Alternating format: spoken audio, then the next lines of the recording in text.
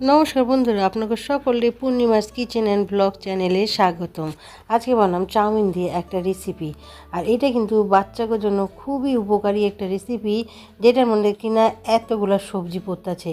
আর সবজি তো বাচ্চারা এখন এমনিতে খাইতে চায় না। তো এইভাবে যদি নাক এদিক দিয়ে না ধরে ওদিক দিয়ে ঘুরাইয়া ধরা যায়, অর্থাৎ সব সবজিগুলোরে যদি এইভাবে খাওয়ানো যায়, তাহলে কিন্তু বাচ্চাদের শরীরের পক্ষে অনেক ভালো। আর এটা কিন্তু খাইতেও খুব সুস্বাদু হয়। তো এই জন্য আজকে সবজি দিয়ে এই রেসিপিটা আপনাদের সাথে শেয়ার করলাম। তো ভিডিওটা শেষ পর্যন্ত দেখার জন্য অনুরোধ রইল। আর যারা প্রথমবার আমার চ্যানেলে এসেছেন তারা কিন্তু প্লিজ আমার চ্যানেলটাকে সাবস্ক্রাইব করে নিন। তাহলে চলেন রেসিপিটা শেয়ার করা যাক।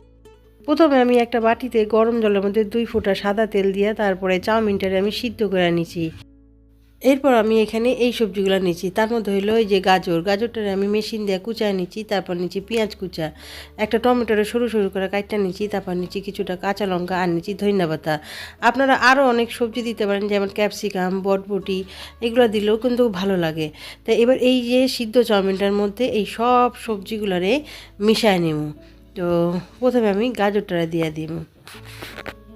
তা গাজর কিন্তু খাওয়া খুব উপকার, আর পেটের পক্ষেও ভালো, শরীরের পক্ষেও ভালো, আর বুদ্ধির পক্ষে তো ভালোই। তো এই জন্য গাজর কিন্তু খাওয়া খুব দরকার। তো গাজরটারে আমি ওই যে পিলারে কুচায় নিছি। তারপর দিচ্ছি পেঁয়াজ কুচি। অনেকগুলো পেঁয়াজ আবার দেখি লাগে লাগে রয়েছে, সেইগুলোর আবার একটু ছাড়াই ছাড়াই দিব হাত দিয়া। কেননা এইরকমভাবে পাপড়িগুলো ছাড়াই দিলে পেঁয়াজের, তাহলে কিন্তু এই রেসিপিটা খুব ভালো হইব। আর নইলে তো অসুবিধা হইব পরে ভাজনের সময়। এই জন্য যেগুলো লাগে লেগে রয়েছে ওগুলোর একটু ছাড়াই দিলাম। এরপর আমি দিয়ে দেবো টমেটো কুচি। টমেটোরও কিন্তু লম্বা করে সরু সরু করে কুচায় নিচ্ছি। এরপরে দিয়ে দেবো ধনিয়া পাতা কুচি, বেশ খানিকটা ধনিয়া পাতা এর মধ্যে আমি দিয়ে দিব। আর ধনিয়া পাতা দিলে না গন্ধটা খুব ভালো হয়। আর দিয়ে দিলাম কাঁচা লঙ্কা কুচিগুলা। তো এবার সব দেওয়ার পরে দিয়ে দিব একটু লবণ। লবণটা স্বাদ অনুযায়ী আপনাকে দিবেন। এরপরে এর মধ্যে দিয়ে দিব 2টা ডিম। আমি 2টা ডিম দিয়েছি, আপনারা 3টা ডিমও দিতে পারেন। তারপরে এর মধ্যে দিয়ে দিব এই যে সানরাইজের একটা মশলা আছে, ওই চাউমিন মশলা, সেই মশলা দিয়ে দিলাম 1 চামচ। তারপর দিয়ে দিলাম এর মধ্যে পেরি পেরি মশলা 1 চামচ। এটাও কিন্তু দোকানে কিনতে পাওয়া যায়, আপনারা দেখবেন পাওয়া যাবেন। তো এবার সবগুলা দিয়া মশলা সবজি দেওয়ার পর এবার মাখামু, খুব ভালো করে মাখাইতে লাগবো। এইরকম করে কিন্তু আপনারা সকালে বাচ্চাকে টিফিনে দিতে পারেন, আপনারা অফিসে নিয়ে যেতে পারেন, অথবা ঘরে জল খাবারে কিন্তু এরকম কইরা খাইতে পারেন। এতে খাইলে সুস্বাদুও লাগে আর পেটটাও বেশ ভালোই ভইরা যায়। আমার বাচ্চারা সবজি টবজি বেশি খাইতে চায় না, তো চালাকি করে আমি এরকম করে খাওয়াই গো। খাবি না মানে এরকম করে খাওয়ামো যে বুঝতেই পারবি না সবজি খাইলি কি না।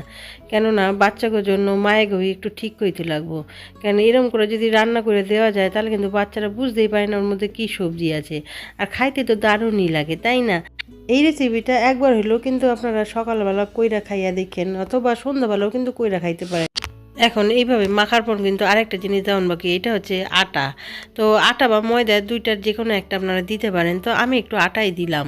ময়দাটা শরীরের পক্ষে অতটা খাওয়া ভালো না। তো এটা দিয়ে মাখার পর দেখলাম একটু বেশি আটা আটা হয়ে গেছে, তাই জন্য একটু জল দিলাম। তো আপনাকেও যদি প্রয়োজন হয় একটু জল দিয়েন, নর্মাল জলই দিয়েন। তো মাখাটা আমার হয়ে গেছে, চলেন এবার এটারে তৈরি করি। গ্যাসের দিকে যাই। এই যে গ্যাসের মধ্যে চাটু বসাইয়া গরম করে নিচ্ছি, তার মধ্যে দিচ্ছি একটু সাদা তেল। এবার চামচে কইরা এই তেলের মধ্যেই আমি 2 চামচ কইরা এই যে মিশ্রণটা বানাইছিলাম চাউমিনের, ওইটারে দিয়া দিমু। আর একটু চাইপা চাইপা দিতে লাগবো, তাহলে একটু চ্যাপটা চ্যাপটা ওই রুটির মতনই হইব, কিন্তু খাইতে কিন্তু দুর্দান্ত লাগবো। একবার আপনারা কইরা খাইয়ে দেখেন, তারপর আমার কইয়েন, কমেন্ট করে কিন্তু অবশ্যই লিখবেন কেমন খাইছেন।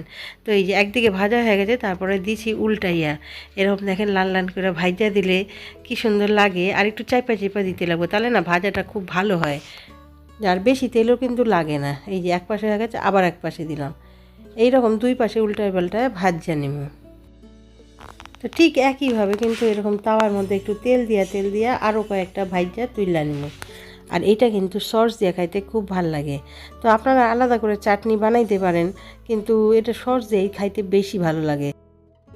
তাইলে দেখেন বন্ধুরা, আমার রেডি হয়ে গেছে চাউমিনের কী কম এটারে একটা সুন্দর জলখাবার।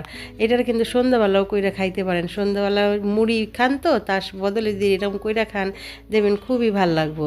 তো গরম গরম এরকম সস দিয়ে ডুবাইয়া খান না, এক কামড় দিলেই দেখবেন কেমন পরানটা জুড়ায় যাইব।